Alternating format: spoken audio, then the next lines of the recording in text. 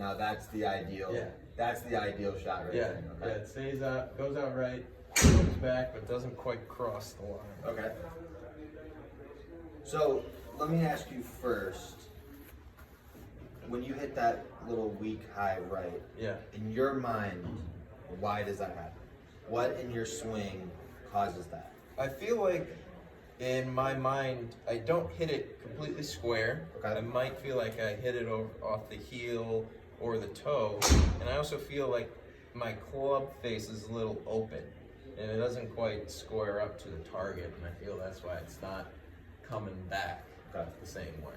So how do you go about correcting that right now? Sometimes I will grab the club a little bit differently. I'll have a stronger grip. Okay. If I'm not feeling like I have it that day, if I don't really have my feels, and if I feel like I'm really playing well that day, I'll keep my same grip, but I'll just think right before I make contact, I just turn over my hands just a little bit more. Okay. Unfortunately, sometimes I overdraw it when I do that. Okay.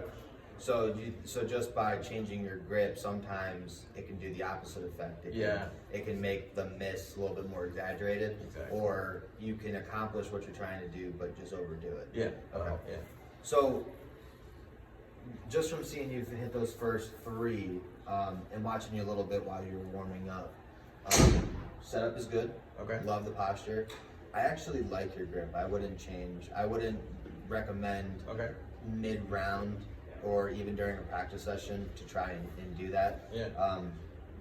It could throw off how the club feels in your hand. And again, just like you described, it could have more of a negative effect than what you're trying to accomplish. Okay. What I see in your swing alone is I'm going to pull up this video here and I'm going to show you impact. Okay. So you clear really well. Okay. Your hips clear really good. Now what can happen, can I see your club for a second? What can happen in your case when you get those hips clearing but the arms are just kind of lagging behind? Okay. What can happen is at impact you're going to leave that club a little bit on the open side. Yeah. Which again is going to cause it to go right. It's going to, because you're adding loft to the club by leaving it open, that's going to make the spin rate go up. Okay. Which equates to the ball not going quite as far.